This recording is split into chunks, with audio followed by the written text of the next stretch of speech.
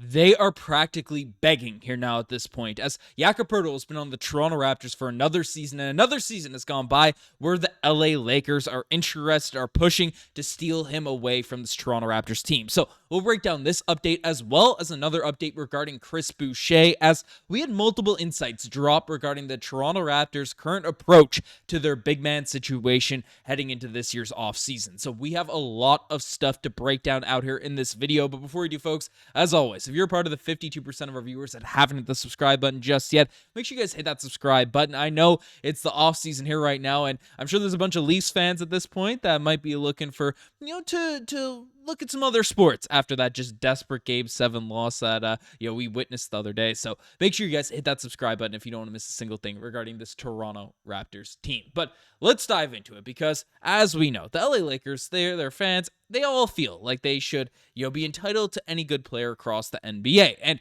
certainly that team at this point is desperate for someone to play the center position. Looking at their roster, they definitely have, the talented top of their lineup with LeBron James, Luka Doncic, and then it's a clear fall off. Sure, Rui Hachimura, Finney Smith is solid. Austin Reeves is great, but at the big man spot, they have no one. They have no one reliable out there on their team at the 5 position. You have Maxi Kleber, who has been solid for the Mavericks, but dealt with injuries this year and was brutal in his last playoff run with the Dallas Mavericks. So I think he played a game for the Lakers this year. And other than that, you have Jackson Hayes, who's a free agent. You have not much else out there on that front line. Christian Wood was injured this entire year. So why are we bringing up the Lakers? Why are we bringing up? Because once again, the LA Lakers are interested in stealing away Jakob Poeltl from the Toronto Raptors. And frankly, it's like clockwork. Every 6 months, there's a rumor, there's a report, there's something about the LA Lakers being intrigued by making a move with the Toronto Raptors to make something happen. Now we have some updates from Mike Scotto, essentially breaking down that Jakob Poeltl is owed $19.5 million for the 2025-2026 season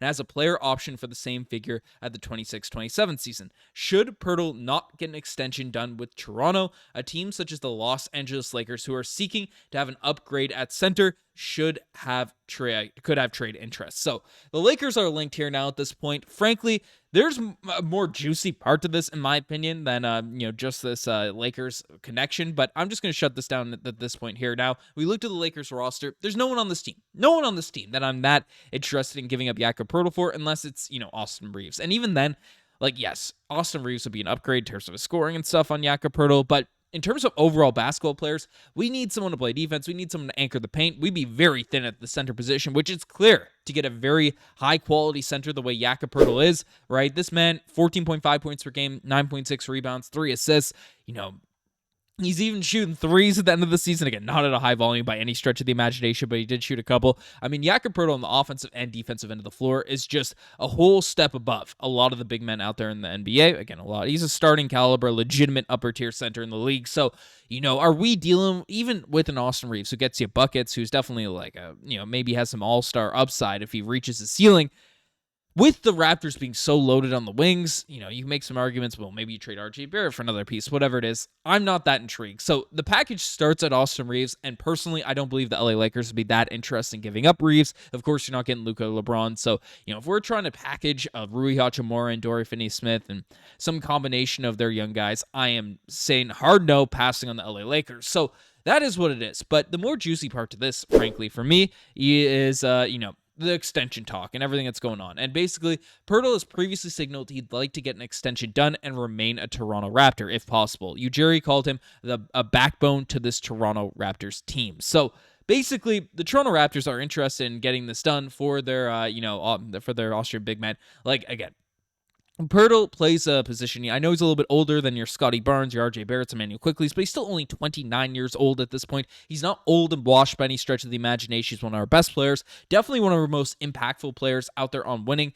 for this team, and he's said all the right things, even with the minor rebuild we've gone through now at this point. I think Jakob Poeltl's excited to be a Toronto Raptor, and he wants to be on this squad, to be in a position to where this team, right, he can add his, his pieces in. Like he said, he expressed his desire to remain a Raptor, to be in this group, to be in this team, and he wants to be on this squad and have a positive impact out there on winning. So the Raptors are in a position right now where, again, if you lose Jakob Poeltl, if we look at their roster and look at this team, right, outside of Yak, again, you could look at Oliver Shamshay, who's not even on this list in terms of highest paid players, but he's a two-way guy.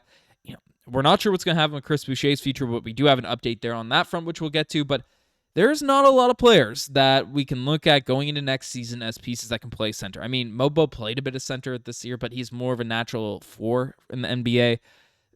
There's not a lot of big men. Not a lot of big man depth since we traded Kelly Olynyk. So I don't expect Jakob Poeltl to be traded. Definitely not to the LA Lakers. So expect Big Yak to be on this team for a very long time. Now, the bigger question is frankly Chris Boucher. Because Boucher, the longest tenure Raptor, is valued and well-liked by many in Toronto's organization. The question is if Ujiri wants to see more of what Jonathan Mobo and Jamison Battle can do with more minutes. A scenario has also alluded to during his exit media availability. So this is what we're hearing, right? Of course, there's going to be negotiations done with Jakob Poeltl in terms of a contract extension. Chris Boucher, there's question marks. And Masai was pretty open about how at the end of the season, it wasn't because Chris Boucher's bad. It wasn't because Chris Boucher is terrible. He didn't get a ton of minutes on a bad team in the Toronto Raptors. It's they want to get a better look, a closer look at guys like Mobo, at guys like Jamison Battle, and see what's going on. And as we saw, from this, from the contract list, Chris Boucher is an impending free agent for the Toronto Raptors. So he can go to whatever team he likes come this offseason. Now, the Raptors, despite benching him, despite the weird role Chris Boucher has played, especially over the past couple years, and despite him being really good for this team, 10 points per game, 4.5 rebounds, he's effective out there on the defensive end. He's 32 years old, but he shoots threes. He's a really good basketball player. Despite the Raptors kind of toying around with his minutes and putting him in different positions, the Raptors still have high value on Chris Boucher. He still has big fans out there in the organization, and this is what we've heard out there from people talking about this. Now, the question is, and as is brought up, is, are the Raptors going to stay young? Did they the Raptors are going to try to compete next season? And did they see enough from Jonathan Mobo to be like, okay, we trust him to be a backup forward, a guy getting consistent run on this team next year? And 6.2 points per game, 5 rebounds, 2 assists. He's definitely a better playmaker than Chris Boucher, a worse shooter, but he can slash, he's young, he has some potential, without a doubt, and we'll see how he develops out there in the offseason. And then you also have Jamison Battle, who, can play that forward spot, knock down threes at a very, very high clip, shooting over 40% of the three-point line, 41% on corner threes. And frankly, those, when he was at a lower volume in different settings, he was even more efficient. So that's probably the role he'd be playing next year, but basically, it's that question. And frankly, given the fact Chris Boucher didn't play second at the end of the season this year, I believe that Chris Boucher is going to end up walking, even though the Raptors have been adamant that they love Chris Boucher. They think he's a good basketball player. They think he, would be ideal to keep him on this team. The Raptors contract situation is in a tough spot. And to bring back Chris Boucher at what, 10 million is what he's probably worth, 10, 15 million.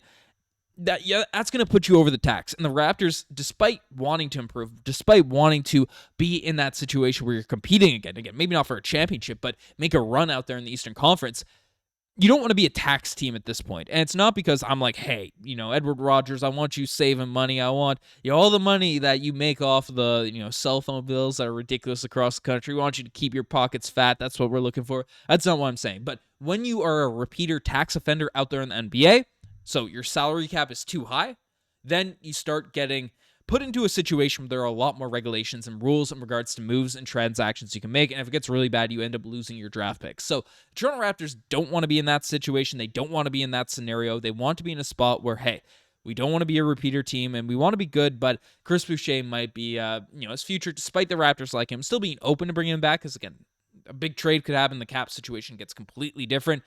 The Raptors are likely going to be moving on from Chris Boucher from these reports. So that's what we're seeing out here on this front. Let me know what you guys think about all this in the comment section down below. Appreciate every single one of you that are tuning into the videos. Again, I'm optimistic for the Raptors to be back next season and make that push. So subscribe to Raptors Digest if you want to stay up to date with everything that's going on with this team.